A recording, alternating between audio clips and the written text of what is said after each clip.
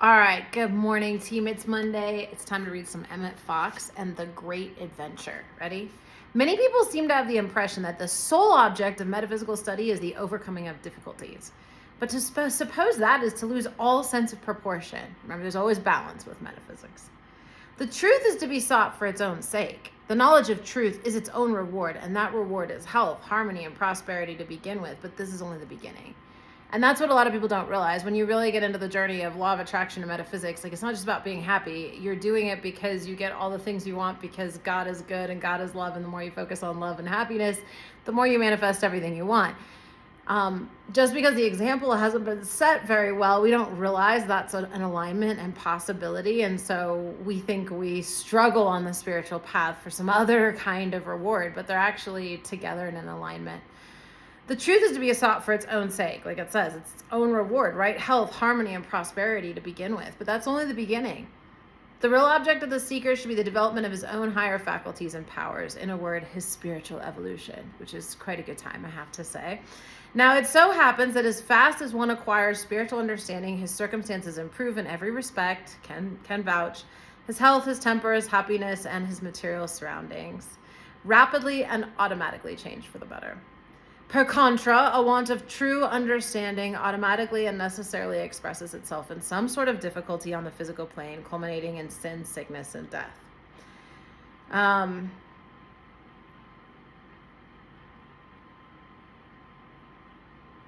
When people find themselves in any difficulty, should they have some glimmerings of spiritual truth, they realize, however dimly, that a way out is to be found along the path of spiritual enlightenment. And consequently, they study books, consult friends in the movement, ask for treatment or guidance, or take whatever steps appear to be appropriate at the moment. This is the natural and proper course to pursue. So this is hilarious, because really what it's saying is, when you really want to get on the spiritual path, you're going to invite something really hard, because you kind of have to break down this dependence on the stuff. So, you get really deep into these difficulties, and that's when you get this glimmering of spiritual truth. Like, there has to be another way out. There has to be something else. And that's why you really know you're on the path and asking and receiving the gifts of the spiritual evolutionary path, like saying that you want to be on it. Because it'll get really hard, and then you see this spiritual truth in there, and you realize there's something else, and you start hunting for that, and it's a different thread. And so you do all these things. I've done all of it, right? Study books, consult with friends. I'm a universalist. I've gone to most churches, studied most holy books, and they all have wonderful truth, right? But it's like, okay, but it's natural and proper to pursue all sorts of courses of action, provided you understand that what you're doing, it is only a matter of time before their difficulties, their ill health, their poverty, their trouble, whatever it is, must disappear. So as we pursue that path, things improve, and they do. They really, really do.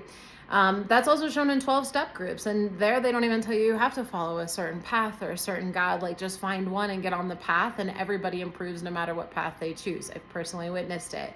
And that's really when I think I learned that it wasn't about one religion. It was about being on the path to whatever lights you up.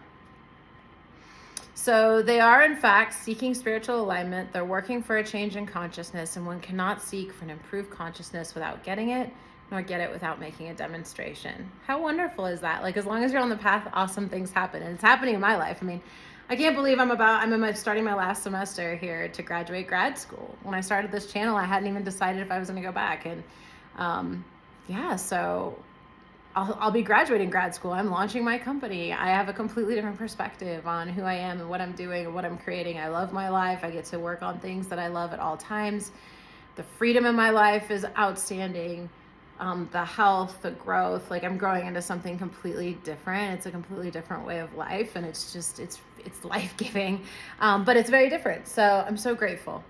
Anyway, so that's the demonstration that's happening, right? As you walk the spiritual path, as you follow your happiness, it starts to show up in every area of your life and in unpredictable ways, and doesn't look how you expect, and, up and down, but you continue to pull forward with this thread, and something completely new and different emerges. There was a time in my life when I was so unhappy. My life looked so good on the outside, and I couldn't figure out, like, why am I so unhappy?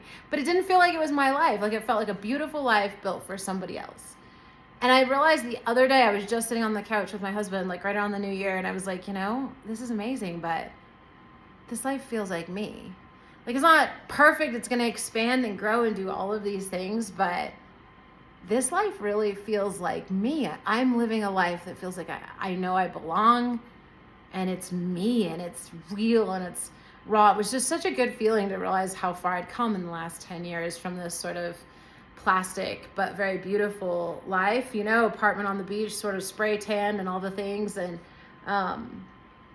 to something that's much more like I have such an unconditional love with my husband and such a good marriage. And it's not work like people say it is, but it isn't, because we're so compatible and we love each other, and such a bright future, and creating from scratch and doing what I really love, and able to be who I am, whether I'm at work or my personal life. And I can say what I want to say when I want to say it. I've worked to have my voice, and I don't have a social media policy that keeps me from speaking my voice even. And all of these things emerging where I realize I have so much freedom, and that brings me so much joy. And yeah, it's really lovely. It's like the seed planted that just grows and grows, and you start to realize what joy and happiness feel like, and they just spread. So the satisfaction in life feels different. Misunderstanding and disappointment arise when people mistake the teaching for some kind of elaborate conjuring trick. Very true. When a man supposes that by a wave of the hand or the repetition of an incantation, his circumstances can be changed for the better, without any corresponding change in his own mentality, he is doomed to disappointment. There you go. So this is why we see a lot of issues with the MAGA drive-through McDonald's of Christianity, because there's no deeper work going on. I've been doing this channel for 2 years, if you were to go back and look, and where we're going to be going, like the change is going to be so vast, where you'll see but it takes time. This isn't like, oh, I'm happy now. Like, I think I started the channel 30 days to happiness, 3 years later, really we're getting somewhere, because I have to change. And that's why I kept pausing. I was like, I have to change my core beliefs to start getting different results. I have to do the work if I'm not integrating it constantly and evolving. That's another reason I want to go back into school and get back into coaching and psychology and improvement, because you just realize that it's a constant process, and you have to be able to integrate the work, or it's not going to manifest in your life. So, you can't fake this stuff in that way. He has not come into truth, and the truth movement has nothing for him. During the past few years, a large number of people of all sorts have consulted me about their difficulties, and they can easily divide themselves into those two groups. Some people, for instance, are in trouble owing to some very obvious defect in character, but are quite unwilling to overcome this defect, or even in many cases to acknowledge it. They wish to encourage their mistake, or they wish to continue in their mistake and have prosperity or happiness as well. Well, that doesn't happen in this way, right? So, needless to say, for them, there's no relief until they've suffered a little more and have been punished sufficiently to make them do whatever's necessary. So, the man who drinks, obviously the alcoholic at the time this came out would have been an issue. You're going to go through the ruin, and you're going to go through all these things before you change your course of action. So, but once he changes his action, things get better, it's basically saying. So, but most of the people who read this will be seeking the truth in the right way, and to seek the truth in that spirit is really to have come into truth. You would not have sought me had you not already found me. It's quoting the Bible. That being so, you should not allow yourself to be worried or depressed merely because the demonstration is delayed. In other words, if you're just starting the spiritual path, don't feel bad. Let it happen, This takes time. I was beating myself up over that, and I was like, I'm just going to relax. Just let it happen. And, of course, it's happening faster. So, either the mental cause of your difficulties is very deeply seated in your consciousness and is requiring a good deal of work, or else you're just not working in the best way. And if so, again, it'll only be a matter of time before you find what is the best way for you. It's just about learning to be happy, relaxing, letting go, finding the paths that speak to you, the messages that work for you. It's really all about relaxing, which I've done so much striving in my life and forcing myself to do things.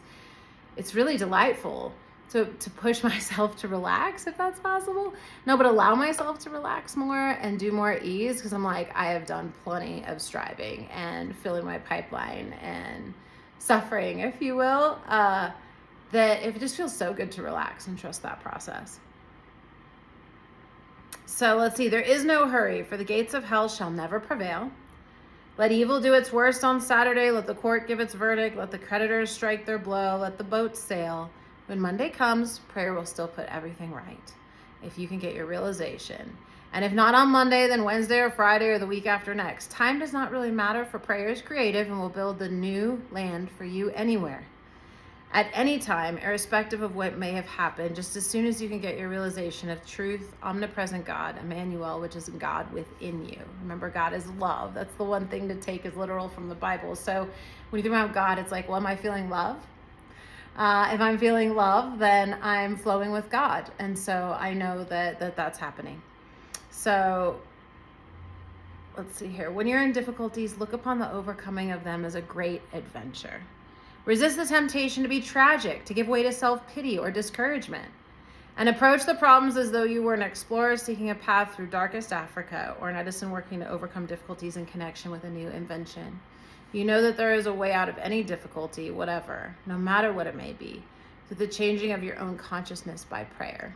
Isn't this fun? So make your difficulties into an adventure. Like, can I get positive enough? Can I trust enough? Can I have enough faith, hope, and love that it'll work out to allow God, the feeling of love, the feeling of goodness, the feeling of satisfaction and stuff, to fix it? When you start to realize it's an emotion, not a consciousness, that there is no judgment. It's literally about, am I vibing with good and God and love today? And so good and love and awesomeness are going to flow into the world. Or am I vibing with shittiness and anger or irritation or whatever it is?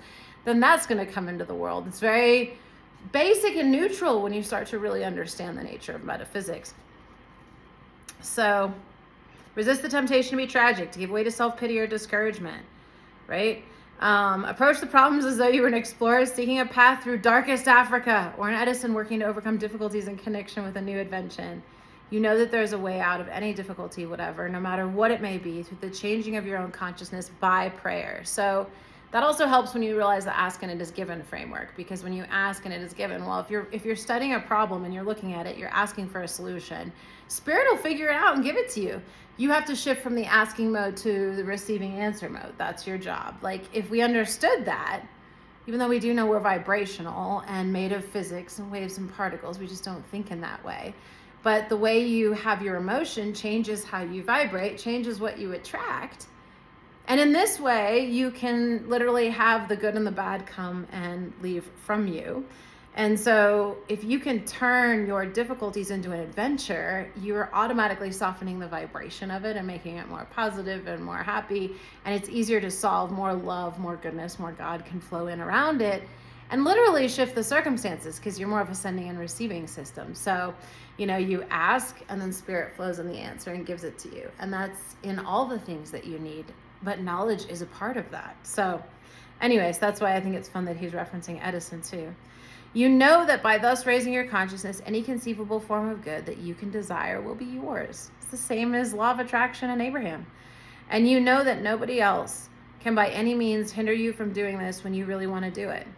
Relatives, customers, employers, the government, bad times, so-called, nothing can hinder you from the rebuilding of your own consciousness. And this rebuilding is the great adventure. I also want to point out something that's so interesting. Like, Emmet Fox was a big Bible guy and really did lead to Louise Hay and the Abraham, the gateway for those guys in many ways later in the Wayne Dyers, but is biblical. So all of his learning comes from that as a metaphysical text. And I just want to say that because I think people tend to think it's like one or the other, but when you really get on the journey of consciousness and spiritual evolution, it comes out everywhere. It comes through spirit everywhere. Even K-pop roommate demon hunters, like, it sounds ridiculous, but it's a Netflix series, but there's a big spiritual allegory in that that's really powerful. And so Spirit's always speaking through to us, always giving us a consistent message. And so it can be biblical, it can be Abraham and law of attraction, it can be Course in Miracles. It's always coming through. That's when you start to realize that. That's why you realize the nature of which religion you choose isn't really significant, because it matters that you're following Spirit and source and love and light towards your tether and what's right for you. Whatever calls you forth towards love and feeling more at peace and more whole and more forgiving with others and more united with others in a way where you don't need to think like them, but you can love them for what they are. The more you're moving towards what God and good is, right? Because everything was created by God. So if it's here, it's okay. You can't divide it up and be like, oh, God's not okay with that part of creation. No, God made it all. So if it's here, it's fine. It's our job to do the hard work of becoming fine and forgiving it, right? And learning to live in love with it. And so that's where anything associated with that emotion drawing us to that is what we want to do. That's really where the win is, and it's different for everyone. That's why Spirit puts it through in so many different languages and forms, so everyone can find a connection. It's when one wants to be the golden ticket into heaven that we run into problems. Like we made heaven into some kind of theme park or something, you know, but that's a video for another time. I'm gonna finish with my Abraham flip book today because I thought it was really interesting. So it's real quick. The faster planetary energy, it says. When you're sensing, what you're sensing is the increase in energy that surrounds your planet. There are no more non-physical beings giving fuller attention to your planet at this time. As inner beings are focused upon this earth plane, the energy of the earth plane is faster. In other words, you're being brought to a higher, faster, purer, clearer vibration. Whatever you're giving your attention to is achieving a physical manifestation at a faster rate. So, is that not wicked? So first of all, that's saying we're able to manifest faster. But what it's really saying here, like, listen, there are more non-physical beings giving fuller attention to your planet at this time. So there's more like spiritual beings surrounding our planet being like, time to like upgrade, guys, like focusing on us. And then it says, as inner beings, so that's as like our spiritual selves, whatever our independent consciousness is, as inner beings are focused upon this planet Earth, the energy of the planet is faster. So that means wherever we go, whatever we do, more our focus now here to really help us elevate. And that's why we're going to see a lot of speeding up and breaking down and building big and breaking down. Like, that's part of that process of breakdown to breakthrough. But also it excites me to be like, whoa, we're like in some kind of like upgrade phase where I feel like, you know, there's like a whistle in the universe. Get all the badass inner beings over to Earth and focus and speed these guys up. And, you know, we're all spinning up with it. So just hang in there. It's important to really focus on emotional regulation right now, feeling grounded, and God's got this. Everything's good to go. Yeah, it's going to be a bumpy ride, but it'll be fun. And how we feel as we go through it is really going to affect how we navigate it. So let's learn to be positive and calm now. And with that, I love you. Have an amazing day.